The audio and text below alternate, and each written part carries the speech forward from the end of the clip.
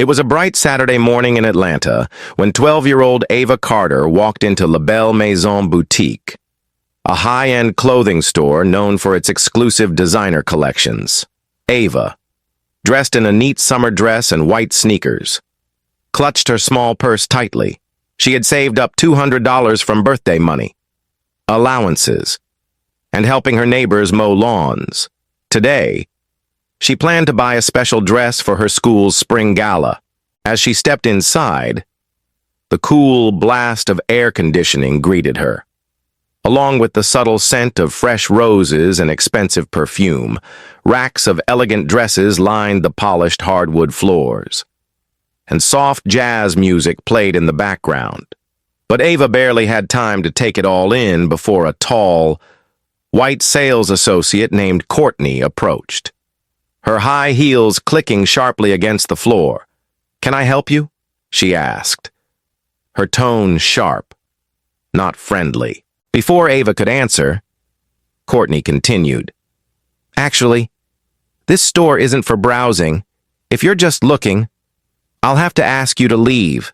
She glanced down at Ava's sneakers and purse with thinly veiled disdain. "I'd like to buy a dress for my school dance," Ava replied politely, trying to stand a little taller. She reached into her purse to show her money. But Courtney waved her hand dismissively.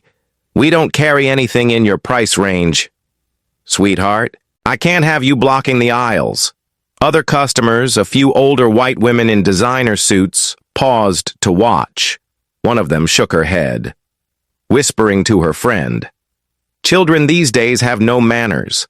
Another rolled her eyes and turned away. Ava's cheeks burned with humiliation. She felt everyone's eyes on her, judging, disapproving. "I have money," Ava repeated softly, her voice trembling, but Courtney crossed her arms. "That's not the point. Please leave." Tears welled up in Ava's eyes as she turned and hurried out of the store. She tapped the contact labeled Dad and pressed call. Within seconds, a calm, familiar voice answered. "Daddy," Ava whispered, trying to steady her breath. "They told me I don't belong here." There was a pause, not of hesitation, but of understanding. "Where are you?" her father asked, his voice firm yet gentle. "At La Belle Maison." She replied, "Stay right where you are." He said, "I'm coming." And in that moment, Ava knew that this wasn't just about a dress anymore. It was about dignity, and her father was the one man who had never let anyone take that away from her. Jonathan Carter wasn't the kind of man you'd easily overlook, even if he dressed like someone who had nothing to prove. At 45 years old, he stood just over 6 feet tall, with broad shoulders, a confident stance, and a calm presence that seemed to quiet a room without raising his voice. He had built his reputation not just on financial success, but on character and perseverance values his own father had drilled into him from a young age. Jonathan was born and raised in Birmingham, Alabama, in a modest, two-bedroom house measuring barely 200 square feet. His mother, Diane Carter, worked as a school secretary, and his father, Henry Carter, was a mechanic who spent his days fixing trucks and his nights teaching his son the value of honest labor. Jonathan spent countless hours as a child handing his father wrenches and learning how things worked, not just engines, but life itself. Money was always tight. Jonathan remembered the days when his family struggled to keep the lights on, when hand-me-down clothes were the norm, and when school lunch debt letters made their way home more than once. But the biggest challenge wasn't poverty, it was the way the world treated them because of who they were and where they came from. Jonathan's first experience with prejudice came at age 7, when a store clerk accused him of stealing bubblegum simply because he had spent too long deciding between 2 flavors.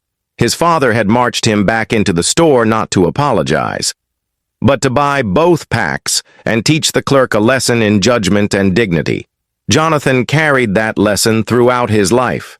He studied hard, excelling in mathematics and business. By the time he graduated high school, he had already earned a scholarship to the University of Alabama. Majoring in finance, he worked 2 jobs stocking shelves at a grocery store and delivering newspapers to cover what his scholarship didn't. After college, Jonathan entered the competitive world of commercial real estate. He started small, investing in distressed properties around Birmingham. His first purchase was a rundown duplex he bought for $45. Using savings and a high-interest loan, he renovated it himself on weekends, learning how to tile floors and patch drywall. That duplex led to a small portfolio, then a larger one. By his early 30s, he expanded into retail properties and boutique storefronts in Atlanta and Nashville. Through smart investments and unwavering discipline, Jonathan Carter built Carter Ventures, a real estate and fashion retail company now valued at over $150 million. His portfolio included shopping centers, restaurants, and, most notably, a growing chain of high-end boutiques called Carter & Co. His boutiques were known not just for luxury products, but also for hiring and promoting employees from diverse backgrounds, people often overlooked by other retailers. But despite his success, Jonathan never forgot his roots. He chose to live in a comfortable, but not ostentatious, home of 500-square-foot craftsman-style house in the suburbs of Atlanta. His car of choice was a Ford Expedition, not a flashy European import, and he raised his daughter, Ava, to understand that wealth was a tool, not an identity. When Ava was born, Jonathan promised himself she would grow up knowing her worth. She would never have to experience the sting of being told she didn't belong because of her skin color or background. He taught her the value of money, but more importantly, the value of character. When she turned 10, he opened a custodial savings account in her name, explaining compound interest and responsible spending. He also encouraged her to volunteer at local shelters and attend community events, keeping her grounded. But no amount of preparation could shield Ava entirely from the harsh realities of the world. Jonathan knew that. He just hoped that when the moment came, as it now had, she would remember what he had taught her. Never let anyone's small mind determine your worth. So, when Ava's trembling voice came through the phone that Saturday morning, telling him how the boutique staff had treated her, Jonathan felt the familiar burn of anger rise in his chest. Not the reckless, impulsive anger of youth, but the controlled, focused fury of a man who knew exactly how to wield his power. He didn't shout. He didn't curse. Instead, he told Ava to sit tight. "Daddy's coming," he said, his voice steady, "and we're going to make this right." What the boutique staff didn't know and were about to find out was that Jonathan Carter was no ordinary father. He wasn't just coming to defend his daughter's dignity. He was coming to teach a lesson that would reshape their understanding of who held power, who deserved respect, and who would be running that boutique before the day was over. When Jonathan Carter arrived at La Belle Maison Boutique, he didn't come roaring up in some exotic sports car or flanked by assistants. He drove his dependable Ford Expedition, parking it carefully along the curb. To onlookers, he might have looked like any other concerned father, a man in his 40s wearing jeans, a crisp button-down shirt, and a well-worn pair of leather boots. But anyone who really knew Jonathan would have recognized the calm in his stride and the purpose in his eyes. Ava was waiting outside on a wrought iron bench beneath a flowering dogwood tree. As soon as she spotted her father, she stood up quickly, wiping her face with the sleeve of her dress. Jonathan placed a reassuring hand on her shoulder. "You did exactly what you should have. Baby, I'm proud of you," with a firm but gentle touch. He guided her back toward the boutique entrance. The automatic doors whooshed open, releasing another gust of chilled, perfumed air. Inside, the same sales associate, Courtney, glanced up, her expression tightening when she saw Ava return this time with an adult. I thought I made it clear that Courtney began. Jonathan raised his hand politely but firmly. Let's not go there again. I'd like to speak with the manager. Courtney hesitated, then gestured toward the back office. Moments later, a woman named Victoria appeared. She was in her early 50s, dressed in a sleek black pantsuit and silver heels. Her posture was confident but dismissive, the kind of stance Jonathan had seen 1,000 times from people who underestimated him. Sir, I'm Victoria, the store manager. How can I help you? Her tone was courteous but cold. Jonathan nodded. I understand my daughter was removed from the store under the assumption she didn't belong here. That's correct. Victoria replied quickly, folding her arms. Our associates are trained to monitor loitering, and we reserve the right to refuse service. I see, Jonathan said, his voice calm as ever. And do you reserve the right to judge paying customers based solely on appearance? Victoria's eyes narrowed slightly. If you're here to make a complaint, I can offer a written apology and a 10% discount on your next visit. Ava glanced up at her father, worry creasing her young face, but Jonathan remained unshaken. That won't be necessary. He said, I'm not here for a discount. Victoria gave a tight smile, clearly expecting some drawn-out debate. What she wasn't expecting was the folder Jonathan produced from his briefcase, a leather-bound folder embossed with the initials CV for Carter Ventures. I'm here to make an offer. Jonathan continued, I'm interested in purchasing this boutique. Full acquisition. My legal team is prepared to finalize the paperwork today. For a moment, the entire store seemed to fall silent. Even the gentle jazz music faded into the background. Victoria blinked, clearly caught off guard. That's impossible, she stammered. This boutique isn't for sale. Jonathan smiled slightly. Everything's for sale at the right price. And based on my research, he tapped the folder gently. Your parent company has been seeking to offload underperforming locations like this one for months. You're behind on your lease payments, and your sales revenue has dropped 15% quarter over quarter. The color drained from Victoria's face. She didn't know how he'd gotten that information. Before she could reply, the boutique's owner, Mr. Carlyle, arrived, a well-dressed man in his 60s. He had been summoned from his nearby office. Jonathan extended a hand. Mr. Carlyle, Jonathan Carter. Carlyle shook his hand warily. I understand there's been a situation?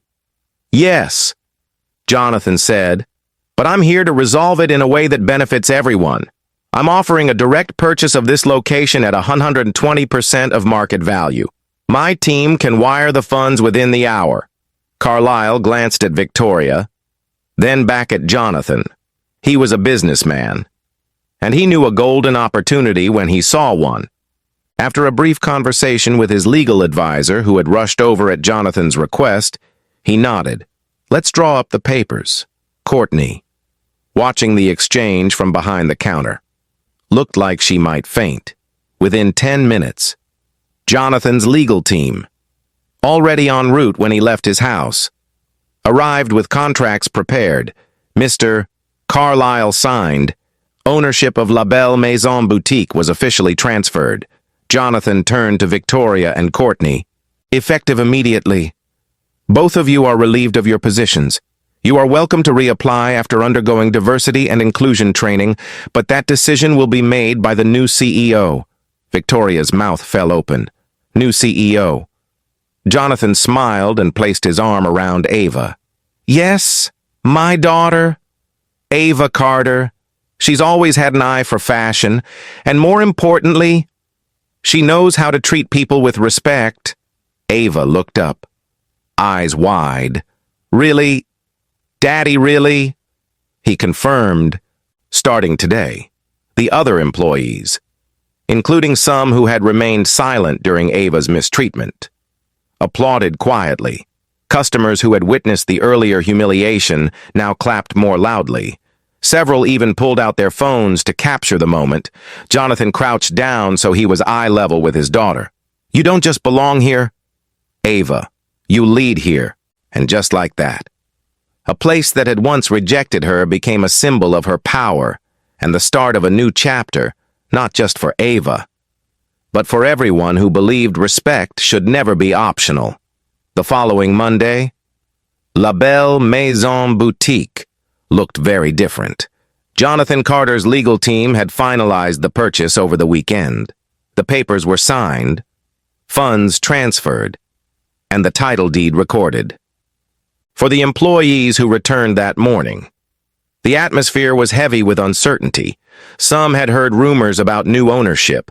Others had no idea what had happened after Saturday's confrontation. Victoria and Courtney, the manager and sales associate who had humiliated Ava, had already received termination letters by courier Sunday evening. Their dismissals were swift and final, citing violations of company policy and customer discrimination.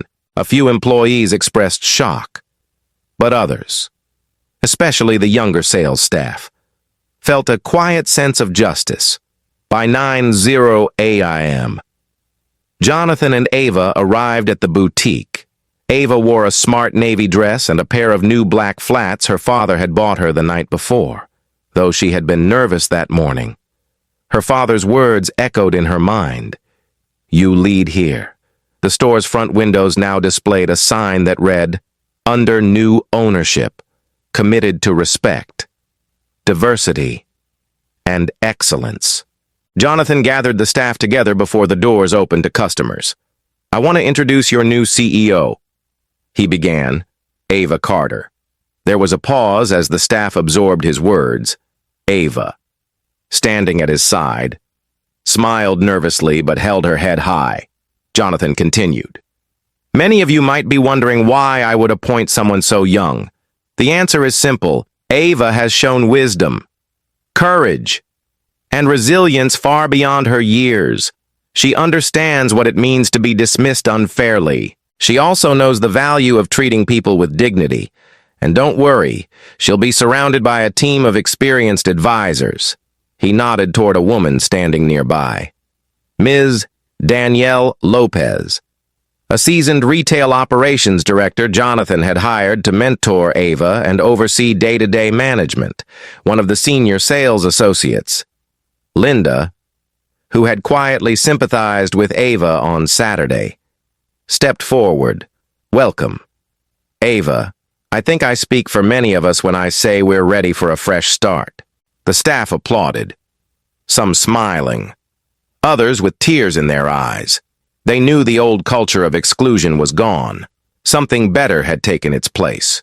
Jonathan then addressed the employees about his vision. "This boutique will be more than a place to sell clothes. It will be a place where every customer, no matter their age, race, or background, feels valued. And that starts with how we treat one another." He introduced a new training program, Respect and Inclusion in Retail, developed in partnership with a nationally recognized diversity consultancy. Every employee, from sales associates to management, would complete the training before continuing work. "We won't just talk about fairness," Jonathan said. "We will practice it daily." He also announced the creation of the Carter Young Entrepreneurs Scholarship, a fund providing financial aid and mentorship to young people of color interested in business and fashion careers. By noon, customers began trickling into the boutique. Many had followed the story on social media or seen it featured on the local evening news. Some came out of curiosity. Others came to show support. The first customer was a middle-aged black woman named Mrs. Harris. She had lived in the neighborhood for 30 years, but had never felt welcome in the boutique before. Today, she was greeted warmly by Ava herself. "Welcome, Mrs. Harris. Can I help you find something special?" Ava asked. Mrs. Harris smiled. I'm just looking today. But it feels good to finally feel welcome. As the day continued, sales exceeded expectations.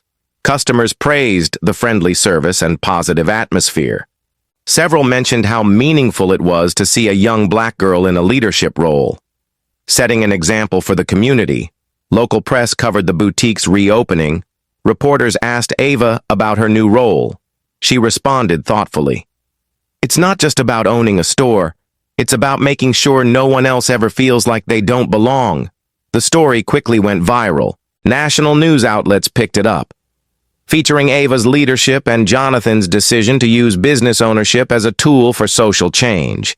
Messages of congratulations poured in from across the country. Parents wrote to say how inspired their children were. Even some former critics admitted they had underestimated both Jonathan and Ava. In the weeks that followed, other businesses in the shopping district took notice. Several boutique owners reached out to Jonathan, seeking guidance on how to improve their own diversity practices. Jonathan gladly shared resources and encouraged them to prioritize inclusivity, not just because it was right, but because it was good business. The boutique thrived under Ava's leadership. She worked closely with Ms. Lopez, learning inventory management, customer relations, and the staff scheduling. She even helped design a new spring collection, incorporating styles she believed would appeal to young people from diverse backgrounds. But most importantly, Ava became a symbol of possibility. She spoke at schools, community centers, and business conferences about her experience. Her message was clear. Your worth isn't determined by someone else's opinion. It's determined by how you rise when you're told you don't belong. And at the heart of it all stood her father, Jonathan Carter. He had once promised that his daughter would never feel powerless in the face of prejudice. He had kept that promise not by shielding her from life's hardships, but by empowering her to overcome them. What began as a moment of humiliation had become a story of redemption, resilience, and real change. Ava's journey was no longer just her own.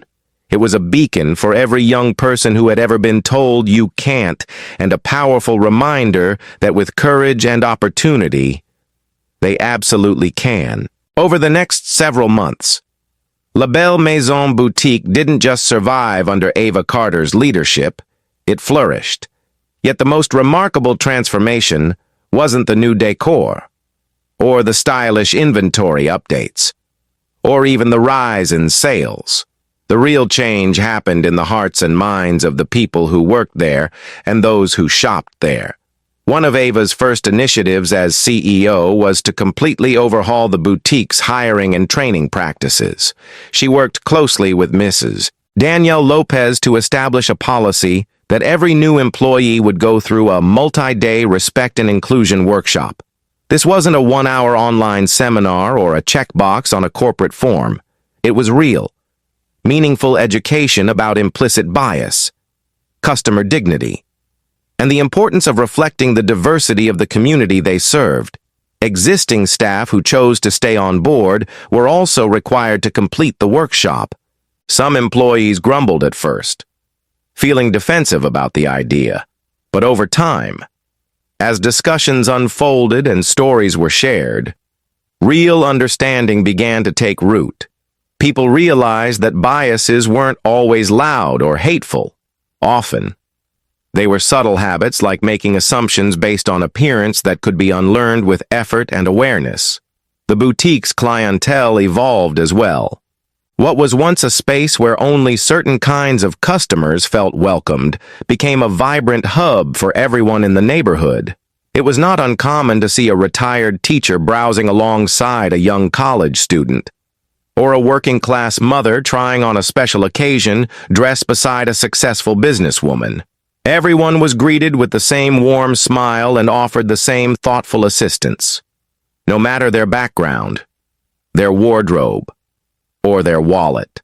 In a visible sign of their commitment to community values, Ava also launched the La Belle Future Leaders Scholarship, offering a $5 $1,000 grant each semester to local high school students pursuing degrees in business, fashion design, or social entrepreneurship.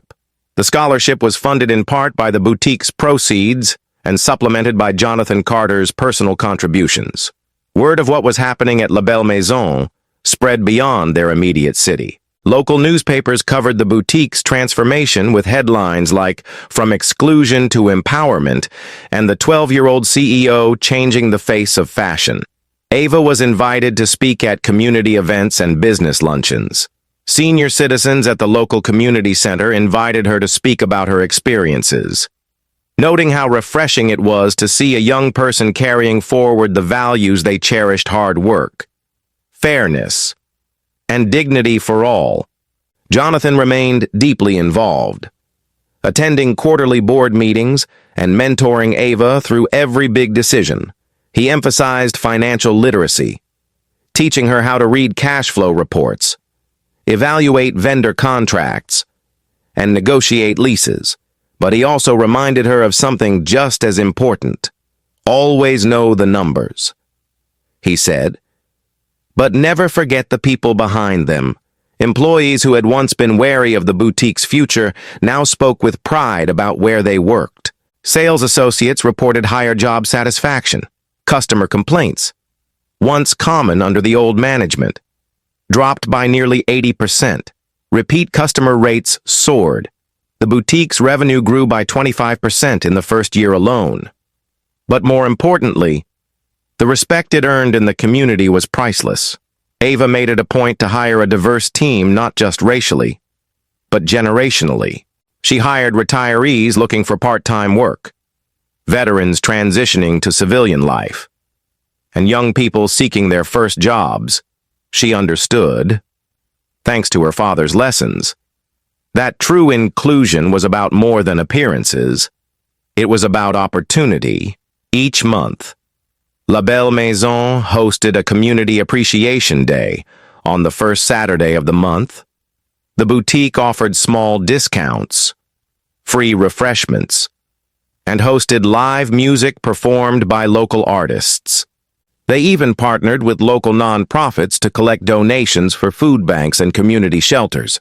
The events drew crowds of all ages, creating a welcoming atmosphere that reached far beyond retail transactions. A particularly touching moment came one afternoon when Mrs. Harris, the first customer Ava had personally helped after becoming CEO, returned with her two granddaughters. They browsed the racks together, laughing and trying on clothes as they checked out. Mrs. Harris hugged Ava and whispered, "You're changing things, sweetheart. You're making this world better." It wasn't about revenge for Ava. It was about respect. It was about giving back to a community that deserved better and showing that real leadership wasn't measured by how many people you could command, but by how many you could lift up. Jonathan often stood quietly in the background during these community days, watching Ava thrive. Sometimes a customer or an employee would recognize him and come over to shake his hand. He accepted their thanks humbly, always pointing back to Ava. "This is her doing." He would say, "I'm just her biggest supporter." By the end of the first year, La Belle Maison had become a model for small business transformation. Other retailers sought Ava's advice on how to revamp their customer service practices and build genuinely inclusive spaces. She never boasted. She simply shared what she knew to be true. Treat people right, and everything else follows. And while the hardwood floors, designer handbags, and elegant displays remained, the most beautiful thing inside that boutique was invisible. The spirit of dignity, respect, and hope that now lived within its walls. 1 year after Ava Carter became the youngest CEO in the boutique's history, La Belle Maison had become more than just a successful business. It had become a symbol, a living example of what happens when courage, family, and the determination to make things right come together.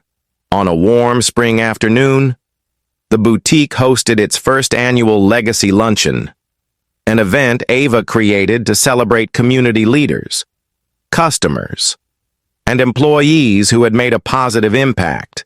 The interior of the boutique had been transformed into a welcoming event space. Tables covered in crisp white linens were decorated with floral arrangements donated by a local florist. The scent of fresh roses and soft lavender filled the air, mingling with the aroma of catered Southern cuisine fried chicken, cornbread, collard greens, and peach cobbler. Guests included teachers, veterans, small business owners, and young scholarship recipients. Many were older residents of the neighborhood, folks who had lived through decades of change, some good and some difficult. They had seen businesses come and go. They had watched their communities struggle with division and economic hardship. But today, they gathered to celebrate hope and progress. Ava stood at the front of the room, poised and confident. She wore a pale blue dress and a pearl necklace her grandmother had once worn. At just 13 years old, she carried herself with the grace of someone far beyond her years. She addressed the crowd with the same sincerity and wisdom that had guided her since the day she first stepped into the boutique as a paying customer who was told she didn't belong. When I walked into this store a year ago, I was treated like I didn't matter, Ava began. But that moment taught me that dignity isn't something people give you. It's something you hold on to and share with others even when it's hard. She paused, making eye contact with the guests, many of whom nodded in understanding. This store used to be a place where people were judged by their appearance. Now, it's a place where everyone is welcomed, respected, and valued. And that's because of all of you, our employees, our customers, our neighbors. You believed in change. You believed in kindness. And look at what we've built together. Applause filled the boutique. Some guests wiped tears from their eyes. Jonathan Carter stood quietly at the back of the room, his arms crossed, pride evident on his face. He had watched his daughter grow from a determined child into a capable leader. He knew she still had much to learn, but she had already surpassed many adults in wisdom and resilience. Ava continued, "Our work isn't done. This community, and others like it, still face challenges. But we've proven that when people come together, when we lift each other up instead of tearing each other down, we can create spaces where everyone belongs." She announced that the LaBelle Future Leaders Scholarship would double in funding for the coming year. Thanks to increased profits and private donations, more young people would have the chance to pursue their dreams in business, fashion, and community leadership. As the luncheon concluded, guests mingled and shared stories. Many spoke about how the boutique had changed their shopping habits, but more importantly, how it had changed their hearts. Mrs. Harris, the first customer Ava had helped as CEO, approached her. "You didn't just change a store, child. You changed minds. That's a legacy most people twice your age can only dream of." Ava smiled. "I had a good teacher," she said, glancing at her father. And in that moment, surrounded by community, family, and newfound friends, Ava Carter understood that what she and her father had built was more than a business. It was a beacon of dignity, opportunity, and the belief that no one should ever be told they don't belong. Not then, not now, not ever. If this story touched your heart and reminded you that dignity and respect should never be negotiable, please give this video a thumbs up. We'd love to hear your thoughts. So leave a comment below and share if you or someone you know has ever faced a moment like Ava's. Don't forget to subscribe to our channel for more inspiring true stories that celebrate resilience, family, and the power to create change. Thank you for watching, and remember, standing up for what's right can change not just your life, but the world around you.